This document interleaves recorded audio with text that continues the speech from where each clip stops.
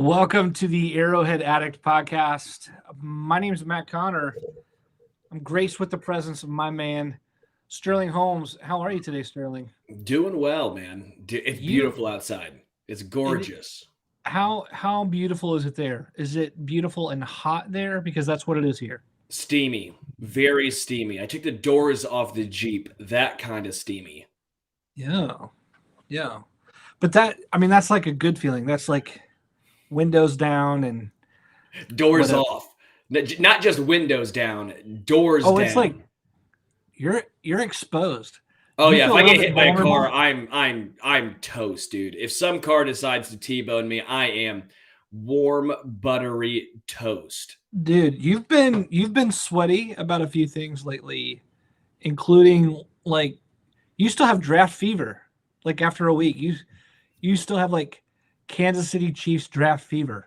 I can't get over it, man. I can't shake it. I have a fever that only the Chiefs draft and cowbell can satisfy. I'm just so excited that the Chiefs are getting so much more physical, more athletic, and every single player. Okay, the majority of the players that I'm looking at that the Chiefs drafted, I can find a thing or two that I'm like, they're going to make an immediate impact, or this is a way that they can see the field early on.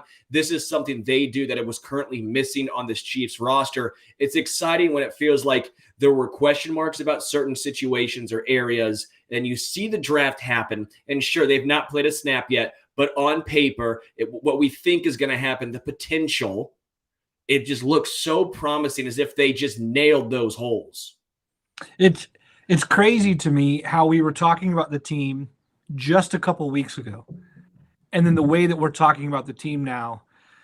Look, I got to say this. In the words of the wise Eastern philosopher, C. Aguilera, if it makes you that much stronger, if it makes you work a little bit harder, if it makes you that much wiser, thanks for making Brett Veach a fighter.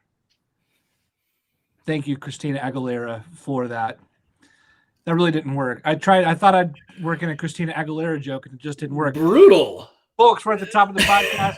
Just want to say welcome to all of you. We jumped into the Chiefs already, but if you're listening, hanging out with us, we are thrilled to have you. It's always good to be back here on Tuesdays with Sterling. I know you're excited about the team, but you told me you had a wedding that you just went to too. Were they rocking Christina Aguilera there? No, surprisingly no Christina Aguilera, but it was a great wedding back at Mizzou, where I went to college. Harpo's floors still sticky. Don't worry about that, guys. The floors are still sticky as ever, and I got to try Malort's. If you've never had Malort's, I highly recommend that it stays that way. The label, the guy who created the drink, says only 1 in 49 will enjoy this. He was right. I was not part of the 1 in the 49. I was part of the 48. It was horrendous, but Mizzou was fantastic. For us who don't know what you're talking about, do we know what is a Malort's? Can you even describe it, or is it just you got to be there to know what you're talking about? Thing. It's not a Mizzou thing. It's a Swedish thing. It's like the Swedish chef, like a bort. No, dude. You know what? Just for me, Matt, you go to Malort's, okay? You try this bad boy. You order some. It's a fifth. It's wormwood in a Basque. It's just bad. Yeah. During almost 60 years of American distribution, we found only 1 out of 49 men will drink Malort's. Its strong, sharp taste is not for everyone. Our liquor is rugged, unrelenting, even brutal to the palate. The taste lingers and lasts seemingly forever. The first shot is hard to swallow. Persevere. And that's the label. That's what the dude that created this came up with. Leave it to the Swedes? Yeah, leave it to the Swedish people. Don't we have a Swedish listener? He has to know what we're talking about. I don't know. I mean, maybe that's how they end up naming everything. Have you ever been to IKEA? Right? I mean, it's like, is that a dresser or is that a Blomstort? I don't know, right? Maybe that's it. Mike from Sweden. Come on, Mike from Sweden. We need you here. This is literally your wheelhouse right now. You know, the good news is our sponsor. Yeah, more than 1 in 49 like it. I believe 49 and 49 like it. That's according to a study done by me. The Arrowhead Addict podcast brought to you by the Kansas City Beer Company. KC Beer Co. is the largest locally owned brewery in Kansas City, and their only brewery in KC to focus on German beer styles. They brew their beer according to the German purity law of 1516, using only 4 ingredients: malt, hops, water, yeast. I am drinking a Baltic Porter. It is absolutely phenomenal. I cannot recommend KC Beer Company enough. For as bad as Malort's is, KC Beer Company is the other way. It's fantastic. It balances out the scales, huh? I like it. I like it. Hey, well, we jumped in pretty early with the Chiefs. I know you're still excited about the draft. Are you thinking anything different now about the draft that you weren't like the last time we talked? The only thing I still have some concerns would be the lack of guys at edge. But at the same time, on the flip side, I guess you could say that I'm excited that they did not reach. They didn't force to find a positional guy because, like, we need edge. Let's draft a dude 20 spots before we should. I think there is some hope that Lear Chanel is so athletic. He's an athletic specimen. They can roll him out at edge in certain situations. The versatility of this team is going to be incredible. I mean, if you want to see Golden State Warriors in football, like, you know, when they had Draymond Green at the 5, you had Kevin Durant at the 4, like, you know, when they have just the death lineup. That's what it feels like you can do with this Chiefs defense, right? There's so many ways to use these players in different roles. And Spags, like we know, likes to get creative. He likes to try and get in the QB's mind, see something they've never seen before. If they are a rookie quarterback going up against this Chiefs defense, it is going to be hell. It is going to be brutal for those guys. Man, I would love to think so. I want to have some restraint on my expectations in their rookie year. Like, I love what this means for next year. I love what this means for, you know, year 3. Like, this is going to be great. And adding 10 more picks next year. I mean, even if they use, like, let's say 8. I mean, it's awesome. I just love thinking about the foundation that Brett Veach is laying here. You mentioned the lack of edge rusher. I just want to chase this down. I know that maybe this wasn't on our agenda for today, but the idea of maybe they didn't go anywhere but George Karlaftis. Do you think that maybe speaks to what they know that we don't about Joshua Kando, or about, remember there's a guy, Malik Herring, who was a holdover from last year. He was stashed on injured reserve. Do you think that maybe one of these younger guys who've been around, that's a known quantity, is showing them signs of, you know what, the fans haven't seen it yet, so they don't know, but when they do, they're going to realize why we didn't make a further move? I will believe it when I see it. Sure. That's where I'm at on edge, especially. Almost any other position, right? I give the Chiefs, Brett Veach, the benefit of the doubt. But until I see it at edge, I'm going to pump the brakes just a little bit. I think George K filled a big hole. I think we're going to touch on him in just a little bit, because I think what he brings is day one, he will be ready to make an impact, or game one, I should say, ready to make an impact. But when it comes like Joshua Kando and those guys, until I see those developmental prospects hit, I just have to pump the brakes. It's the one spot that's been Brett Veach's bugaboo. Well, let's get into this. So the Chiefs, in case you're just catching up, the Chiefs had rookie minicamp from May 7th through the 9th, which was yesterday. 3 days where really it's everything from rookies getting fitted for equipment, maybe for their physicals. It's meeting the coaching staff, meeting each other. And then it's a lot of meetings in general. And then take to the field to try to apply it, then back to more positional meetings, and then back to the field to see how that works. And really it's all about how much can the rookies absorb, how much can they take instruction, and then try to apply that on the field. The coaches are really trying to cram everything into this funnel just to see how ready the rookies are to take on the mentality, the workload, the coachability. That's not really a word, I know, but of what it takes to be a pro.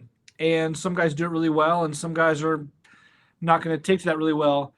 But some of the rookie minicamp takeaways that we've seen, Sterling, I just want to read this because you were talking about George Karlaftis. Here's Andy Reid on George Karlaftis. I'd love to get just your take on this and what you think, given the whole edge position. How does this strike you? Reid says this. Yeah, he goes 100 miles an hour, walkthroughs, everything. We had to slow him down. But I'll tell you, it looks like he's got a nice feel for the game. We put some fire zones in yesterday, and he moves around well when he's in space. He's got good hands, it looks like, but that motor is probably the thing that jumps out at you. He goes and goes. Then he even says, you've got to, at a point, think of the other guys. If you're going at that tempo and everyone else is doing a walkthrough, you're going to get someone hurt, and it might be you. So go at the tempo we give you. There's going to be plenty of time to go fast. He'll get that up at training camp where he can go 100 miles an hour. I read that and think, yes, baby, yes. Yeah. Right? Dude's ready. I'm stoked, man. That's what you want. You don't want a guy who's lollygagging and going through the motions. Sure, you want him to pump the brakes a little bit as far as getting dudes or himself injured, but you'd much rather have it be this way than the opposite. This is a guy who wants to make an impact early, who wants to show some dominance, right? This is a power guy. This is a guy who I think PFF loved him, but other people have said, George K., why did they draft him? He's a very low ceiling. He is who he is. And I think he's got some stuff to prove. And you can say about any player, I always hate the chip on the shoulder moniker. I think it's always stupid because if you went first overall, you're like, well, I'm going to show people why I was drafted first. If you went second, you go, well, I want to show people why I was drafted first or should have been first instead of, the list goes on and on, right? So not saying chip on the shoulder, but I do think he's out saying like, I'm a physical dude. I want to make my presence felt. I'm drafted to be a day one, game one starter, and I want to show them what I have. I want to show them that I have more than just being a power guy. I'm all in on George Karlaftis. Like, I am fully entrenched that he is the guy that gets – if I had to pick one guy who starts the most snaps at edge, it's him. I think he gets more than Frank Clark. If Melvin Ingram comes, I think Karlaftis gets more than him. I truly believe Karlaftis ends up this year with the most snaps at edge. I agree. I love what you're saying. I think he's going to be reliable, and we all know that Frank Clark can't carry something like Correct.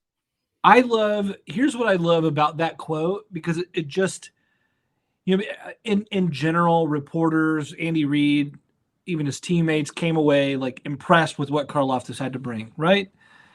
And there's a sense, if you want your first round edge guy, you want him to kind of look like a man among boys at rookie minicamp. You want him to look like, oh yeah, he's here to start. So some of us here are just competing, trying to prove we belong in the pros. This guy's going to be starting alongside them. Like, you want him to look at that extra level.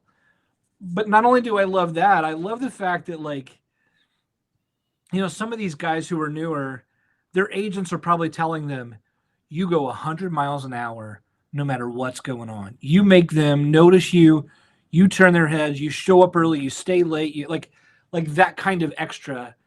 And here the guy doing all the extra is the one guy who's guaranteed the most everything.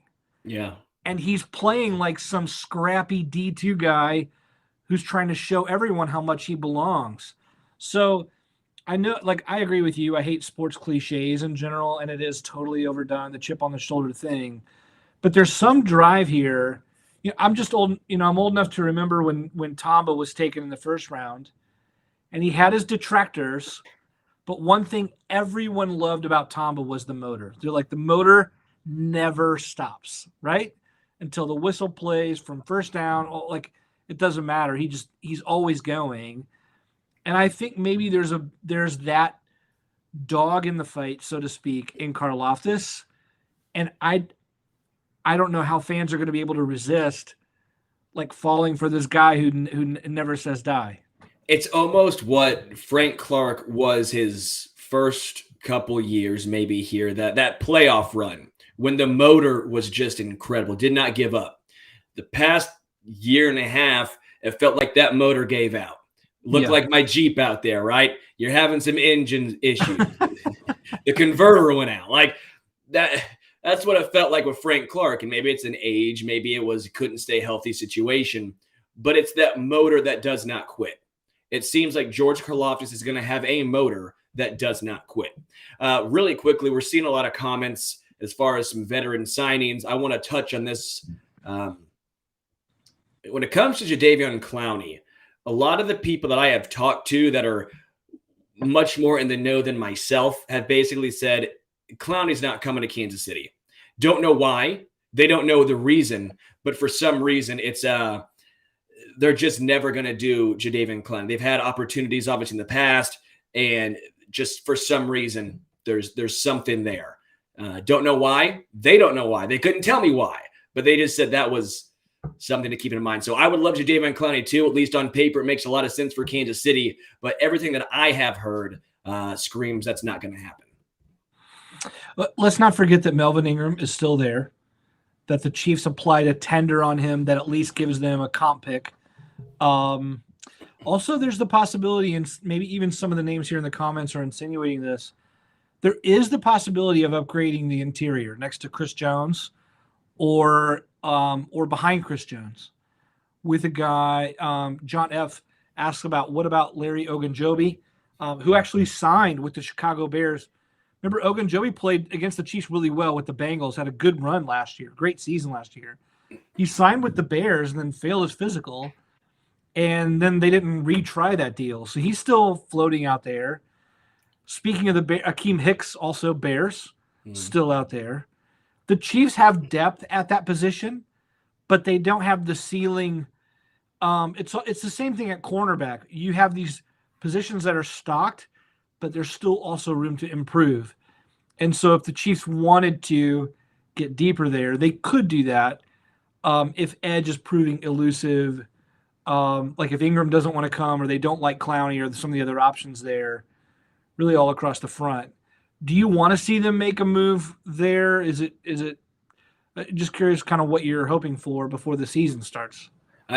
Ogunjobi would be nice, at least on paper. I'm not 100% sure the physical situation. It does seem a little interesting that they didn't at least try to get something done after that as far as a restructure, less money, less guaranteed money. It would have to come down to the Chiefs would have to obviously clear everything. Brett Veach, I love his thoughts on that, basically saying, I'm not a doctor. If the doctors clear him, that's good enough for me. Same situation with Justin Ross, with Trey Smith. So we'll see. This isn't a massive area of need for me. I think edge is way more pressing. I think the interior you can make do. I think Chris Jones is still a phenomenal, obviously, guy to have there. He's not Aaron Donald. He might not be DeForest Buckner, but Chris Jones is a very good interior pass rusher. I like some of the other depth pieces there. We saw what happened last year with Jaron Reed when they tried to go out and get the bigger name interior defensive lineman. Didn't work out. Not saying that because it didn't work out once, it won't work out again in the future. I just think, to me personally, edge would have much more value on this team, much more emphasis on making this defensive line better than it would on the interior. Yeah, I think I agree with you. It'll just be interesting. It's going to be a massive letdown if Melvin Ingram either decides to walk away from the game or sign with someone else. And I think there's going to be a lot of hand-wringing at that point. So yeah, I'd like to think about what the other options are there in case not. But also, George Karlaftis could play inside too, which, again, would make the edge a little thin. But there was talks that he could be very, very versatile playing both edge and interior because he is so strong. Love it. Love it.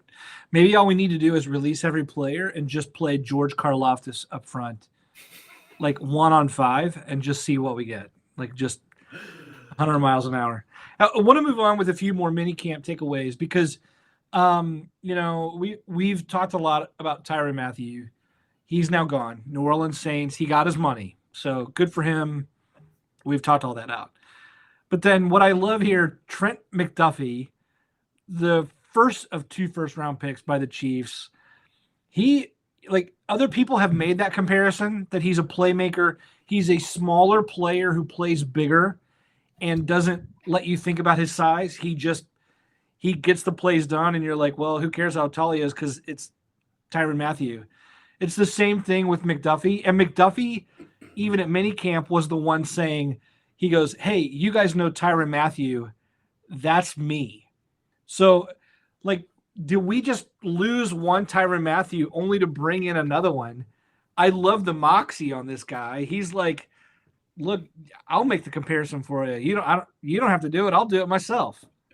Hopefully it wasn't last year's Tyrann Mathieu, though. Hopefully it wasn't the hand throwing no Tyrann business Mathieu. decisions, Matthew. Yeah, no Tyrann business decisions in his third year, Matthew. Long middle name, very weird. No, I like Trent McDuffie. Obviously, Washington has shown they can produce, at least early on, NFL cornerbacks, right?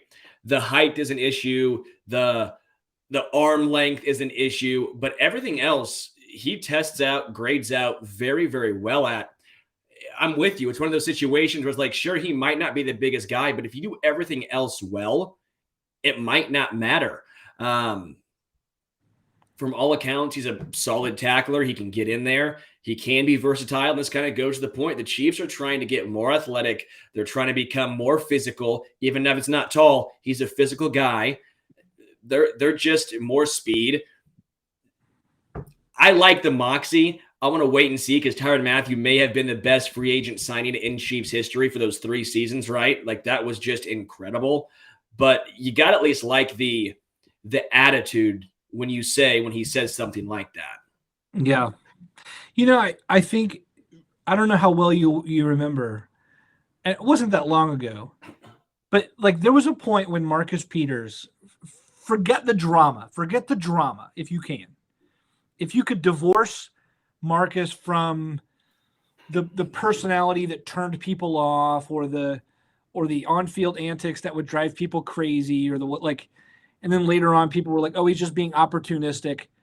There was a good stretch in year 1 and year 2, especially, where Marcus turned games around on his own. Like, oh hell yeah! Like was single-handedly going, no, I'm going to give the offense the ball back myself and force something to happen because he had that elite play. We're drawing some lines here because they both went to Washington. It was the last first-round investment at corner for the Chiefs. Like, I don't think it's a huge stretch. Like, they're not entirely similar. However, the idea that if you add a playmaker on this level with great instincts in the secondary, a guy like McDuffie could turn into the kind of guy where we look back and go, boy, there were a couple games this year where McDuffie like kind of turned things around himself. And if he's talking in this way, I just will never forget the emotion of watching Marcus Peters thinking we're never out of it because like he can give it. Like if the Chiefs turn the ball over, you always thought, well, maybe Marcus will get it back. Yeah. And that's crazy to say about a defender. It's crazy. So, certainly we're hoping for that, but yeah, anyway, other people. I love Marcus Peters, dude. I freaking love Marcus Peters. So you'll 100% get me me hyped saying that. Yeah, I know some people like really got over him, but I'm glad to see even some of the commenters are saying the same thing. Peters was a turnover machine. Peters on the field was lockdown. Yeah, so this is great. One more thing, Justin Ross. I just want to ask your opinion here. There is a tremendous amount of hype, buzz, excitement around the Justin Ross signing. Then in training camp, Andy Reid said he had to knock a lot of the rust off. It's not like he was like a standout performer at training camp or at rookie mini camp. He's learning like most people, and it's hard to stand out really when there's not much that activity. What are you believing about, like, if I were to take your temperature about Justin Ross making this Chiefs team this year, or even making an impact? What are your takes there? Closer to my Josh Gordon take last year. Josh Gordon didn't anything else. I like the pick, right? I'm excited for the potential, and if he can garner any of the what he did his freshman year, but he's had major injuries, not just the spinal injury, but his foot. I mean, that's a big deal for a wide receiver. There's a reason why he was undrafted. There's a reason. I'm excited. The value's there. I don't think he makes the team this year. I mean, he might if, Josh Gordon just does not improve at all. Again, sorry, pick, signing, undrafted. You get what I'm saying here. Yeah. I just don't see him because he's not going to play special teams because of the spinal injury. I'd be shocked if he played special teams, although he was trying to do some punt returns in the rookie training camp, right? So who knows? I would just be shocked if they had a guy with that medical history on special teams. And if you're fighting for that 4, 5, 6 wide receiver spot, that seems difficult to crack if you're not going to be playing special teams. John F., LOL, thank you, man. I appreciate it. I know you're messing with me. And then as far as the only thing that could work in his favor, the amount of defensive backs the Chiefs signed or drafted, both, right? Maybe those are your special teamers, and that allows Justin Ross to not have to play if he were to crack the roster. Hey, I think am I frozen? Can you hear me? I can hear you, Matt, and everyone else can hear you too. You're moving, baby. Oh, am I like moving on the screen? Yeah, just like Megan Trainor, your lips are moving. Oh, dude, that's a good play. On my screen, I'm frozen like Elsa. So anyway, all right. Hey, let me bring this up because and then in a minute we're going to announce the giveaway for the MAHOMES jersey. But you just brought up cornerback, and I think this is a real kind of there are two major ways to take this. And so I want to ask you what you would do to James Bradberry or not to James Bradberry. In case you missed the news, the New York Giants, after several weeks of trying to find a trade suitor, finally admitted defeat after the draft. They set James Bradberry free. He certainly has enough experience to not be a waiver claim. He's going to be a free agent. Anyone can sign him. And the Chiefs have been linked to him for a long time. Remember at one point, NFL reporter Aaron Wilson said there were like actual trade discussions being had over like what the terms would be, right? So the Chiefs have some cap space. The Chiefs could have a need at cornerback depending on how you view it. My question to you is, would you sign James Bradberry at this hour? Depending on the contract situation, 100%. With him being cut, this was best case scenario. This is the, I think, only way he was going to come to Kansas City. The Chiefs were not going to trade and bring on that contract. They just weren't going to do it. Too large of a cap hit, right?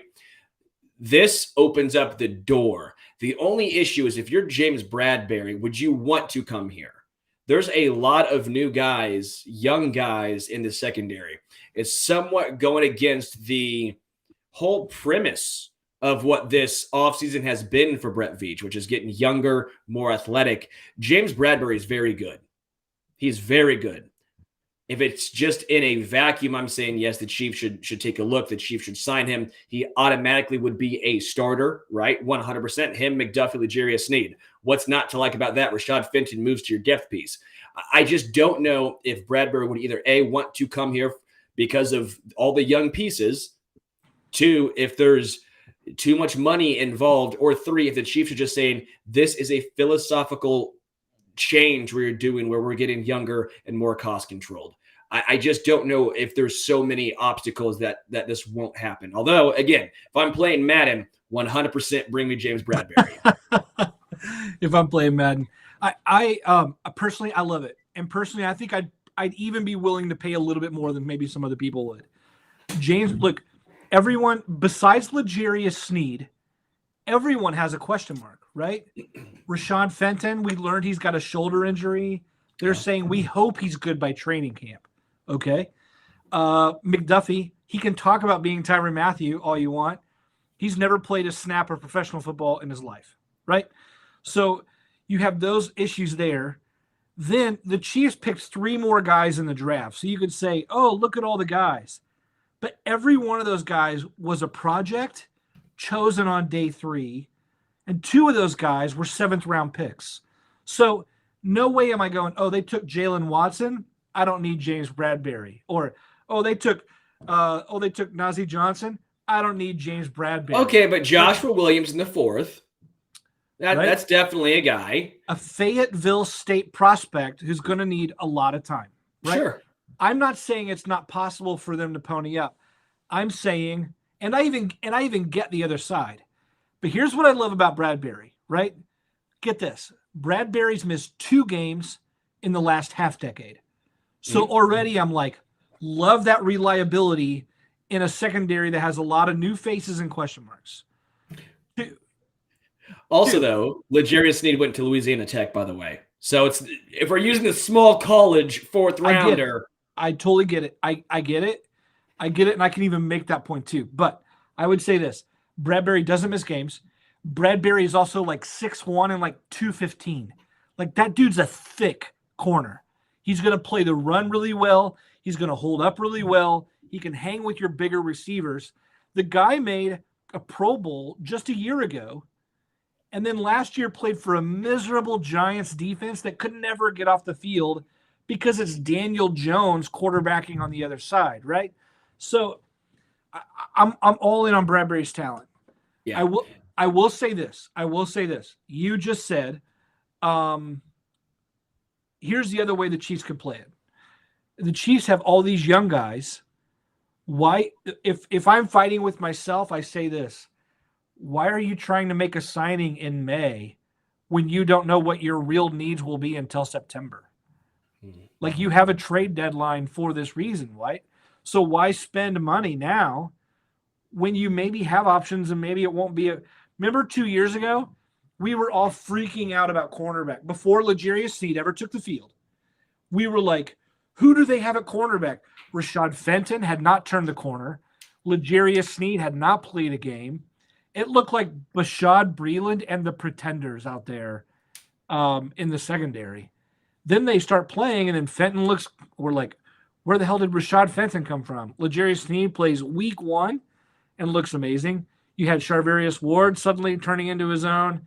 And then we were like, oh, cornerback's not an issue at all. So I guess on the one hand, this is why I'm actually confused about Bradberry, because I love Bradberry as a player, and I think there's questions for the Chiefs, but then I'm also thinking, but you don't have to answer all those questions right now. So I don't know. Yeah. You say you would at the right price right now, no matter what. 100%. Yeah. At the right price. I'm not saying what I would do. It just, from my idea of what the Chiefs have been doing this entire offseason, it feels unlikely just because they've seemingly wanted to get younger, more cost-controlled, cheaper, more athletic. Bradberry is very, very good. I really like James Bradberry in a nutshell, but he's also going to be 29 shortly. And at that age for a cornerback, that can become a dangerous game. Yeah. Well, folks, we want to announce for the last month or so, we've been giving away a Patrick Mahomes jersey or sponsoring a giveaway. And today we are announcing on the air, Sterling, you are going to do the unveiling honors. Oh, I don't know about that. I am. I'm tasking this to you. I'm broadcasting it through my headset. You're wearing the green dot on this podcast. Yeah. Why don't you tell us who our winner is? Or do you need me to do it? No, I found it. Thank you. I got confused for a second. For a second, I thought it was Michael Jordan, Michael Jordan, the former White Sox minor league baseball player. But is it Michael B. Jordan? It's actually Rick Jordan. Rick Jordan. Congratulations, Rick. Good for him. Rick, we don't know who you are, but we think this is congrats to you. Does he want to give it to me? It's one of those situations, when you go to a charity event and they're like, you pay the money, like, no, we're giving it back to you. We're giving it back. Maybe do they want to do that and give me the jersey back? That seems like a pretty cool thing for Rick to do. Do you have Mahomes jersey already? I don't. I have Nick Bolton and Priest Holmes. Okay. I have Ty Law and Ty Law. I have 2 Ty Law jerseys. I've said this before. I'll say this. I have Mahomes hair. I have a wig around here somewhere with a Mahomes headband and hair. And then I've got like other Mahomes paraphernalia, but I could use that jersey. So maybe if Rick Jordan wants to say, cozy up to one of us, we know what to do. I love the must be present to win. Draw another name. That's phenomenal. That's phenomenal. One of my favorite comments I think I've ever seen. Very good, Keith. That's good. That's good. Well, Rick Jordan, and right now we have 1 happy listener, and then 1,000 unhappy listeners. Sorry to all of you not named Rick Jordan. But what if there's 2 Rick Jordans? Like, do we know which one? If there's multiple, it could be. It's maybe it's Rick B. Jordan, like the actor versus the basketball player. So Sterling, we think the first 2 games of the NFL season for the Chiefs, right? Yep. If reports are correct, if reports are legitimate and correct, it seems like the Kansas City Chiefs will be packing up their equipment for week 1 to visit the Houston Texans, a powerhouse opener for the Chiefs on the road. I just need a second to take in how they're going to start the season this way. They're going to be facing the Houston Texans on the road. Then 4 days later, there's a real challenge, hosting the Los Angeles Chargers on Thursday night at Arrowhead in the home opener. What do you think of this 1-2 punch to open the season? Any thoughts? I think the Chiefs are getting a very lucky first game, and the NFL knows they want both the Chargers and Chiefs being 1-0 facing each other on that Thursday night game. Yep. Houston's not good. They were horrible last year. They will be horrible this year. Not a whole bunch of room for improvement. But the Chargers will be good. I think they're going to be the biggest chance to take down the Chiefs' AFC West throne. That's going to be the Chargers. I don't think they do it, but I think they're the best. I mean, people have been saying this for a decade now. It ain't happening, okay? Sorry, you can change quarterbacks, you can change head coaches, you can change cities. You're still going to find a way to choke. It's what you guys are known for. Sorry. That was good. That was a good run of Thank you. Yeah. It's like you planned that. I did. I planned it. But I think the NFL wants both teams being 1-0 facing each other. I like that they're getting a get-right game week 1. Maybe you get George Karlaftis feeling well. You get some of the young guys, Trent McDuffie, feeling well. You're not going up against Keenan Allen week 1. You're not going up and facing against Justin Herbert week 1. I like that. It gives you a little chance to get your feet wet. We are going up against Chris Conley week 1. Oh, shoot. By the way, this is who knew we'd get a Lonnie Johnson revenge game so fast? What in the world's going on? That's what the NFL was doing. Dude, wow. NFL knew. Oh, they traded for Lonnie Johnson. Get that rematch up post haste. Interestingly enough, it'll be Justin Reed. 2 guys playing their first games for the Chiefs, and they'll actually be back at their old home stadium like they never left, except maybe they'll leave happy for the first time in a long time. I find that crazy. You'll find out who Justin Reed hated, right? Man. You'll find out because he'll lay the wood a little harder against someone he didn't like in practice or during the game. It'll be really funny to watch. By the way, I think we'll see some other. I think Steven Nelson, I'm pretty sure, is playing corner for the Texans these days. Eric Murray, remember the old Chiefs safety? I think he's starting for them. I think Tremont Smith, like the old kick returner corner taken, I think he's their return guy. There's a lot of cross-pollination there. So a lot of familiar faces. I'll say this. I hate the Chiefs having to play the Chargers on Thursday night. I hate all short weeks in the NFL. Hate it. I hate anything just for the sake of a buck that puts players at a clear injury risk or health disadvantage. That said, I love the Chiefs playing it early and getting 10 days to then rest again before week 3. Like, we don't know what week 3 is going to hold, but I love the fact that the Chiefs could get a little bit of a mini bye here. I mean, if they can walk away with a home win over the Chargers, they'll be 2-0 with 10 days to rest before moving on. And even if you lose, though, I'm never it's a must-win week, or this is a must-win game. Sure, Nothing. sure. Again, I'm so over sports cliches, like the 110%, whatever the one I said earlier that pisses me, chip on the shoulder, must-win game week 2. It can be an important game. It can have some implications, but it's never a must-win game, right? It's not ideal, but you mentioned it. 10 days off early in the season, that can be helpful. There's 2 ways to look at it, right? It's always glass half full, glass half empty. If the Chiefs win, everyone's going to be sitting here saying, well, they now have 10 days off to rest, prepare, and get ready. If they lose, we're all going to be sitting here saying, this is BS. They should have been playing on a Sunday. They shouldn't have to play on a short week. We'll see how the game happens, okay? Believe me, if they win or if they lose, I will have 2 drastically different opinions on this situation.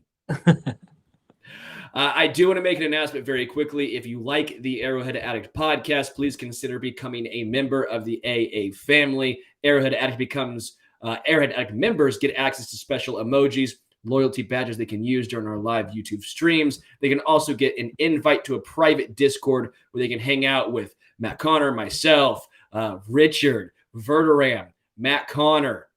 We talk football, movies, beer, music. We talk everything. It's books, everything. But members also get invites to private events with the hosts, like virtual happy hours.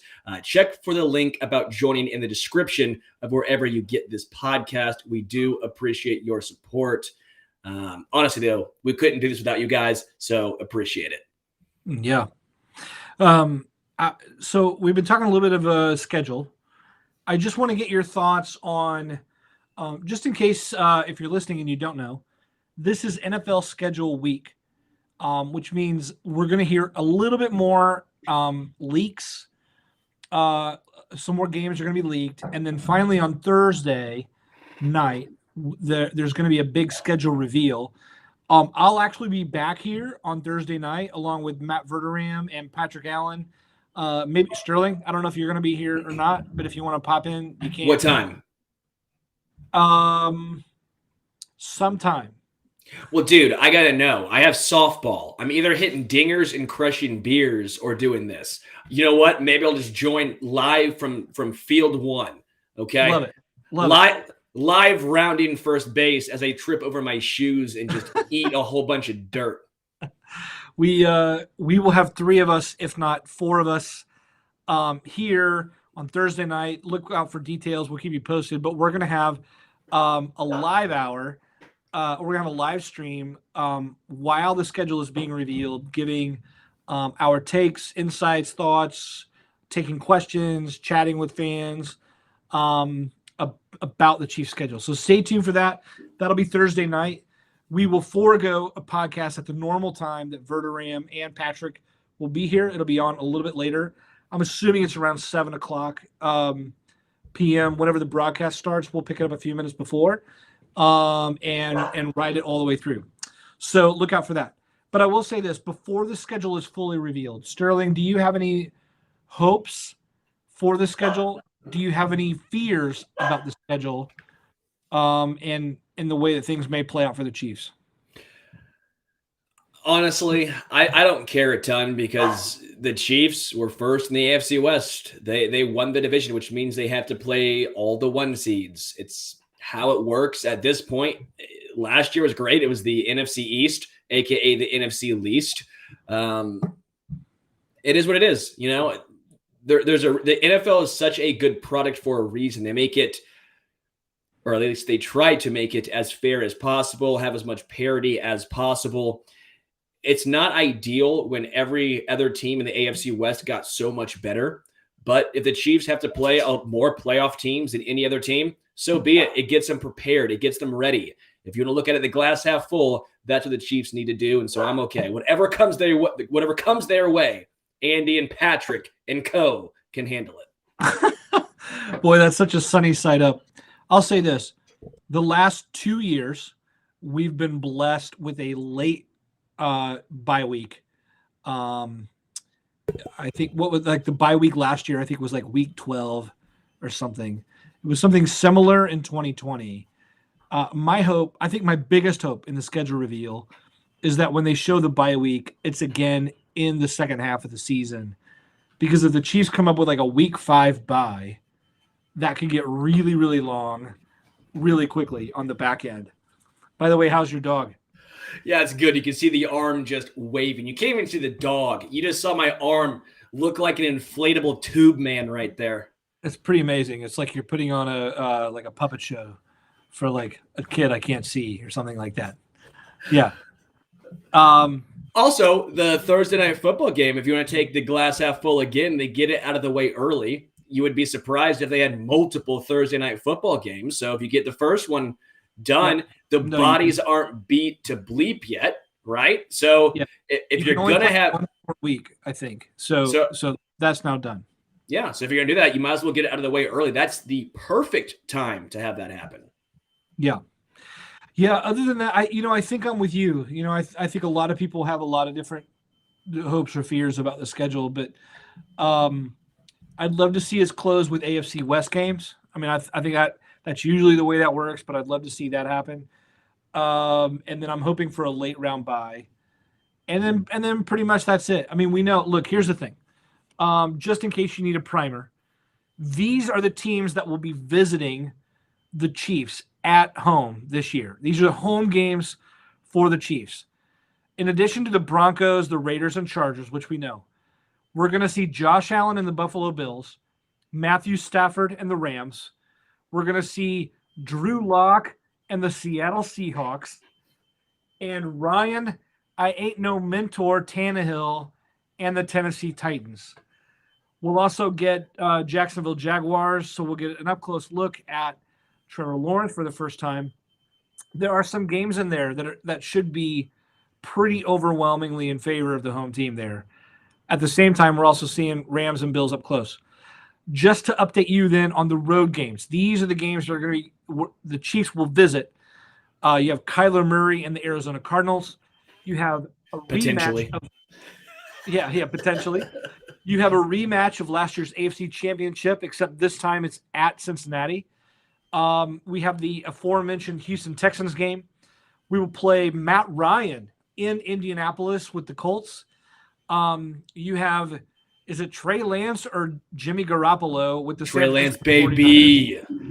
And then, of course, you have the never-aging Tom Brady and the Buccaneers. That's on the road. So road games are looking actually pretty tough. You have the 3 divisional games, the Bucs, the Niners, the Cardinals, the Bengals, even the Colts. The Houston Texans are the only one that you're like, oh, yeah, that's like that, I'm not even worried about that one at all.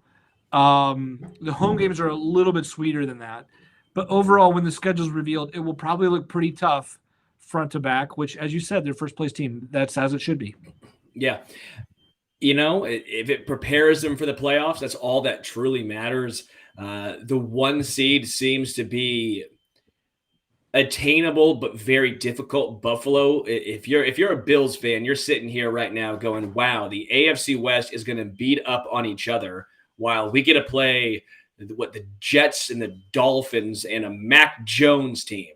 So don't be shocked if the Chiefs don't win the AFC. What matters is winning the AFC West. And even if that doesn't happen, don't be pissed. Okay? You can't win it every single year. I know it feels like you can win the AFC West every single year. Even if they don't make the playoffs, the Chiefs will make the playoffs. There's going to be a feeling out process, a lot of new position groups, a lot of new rookies.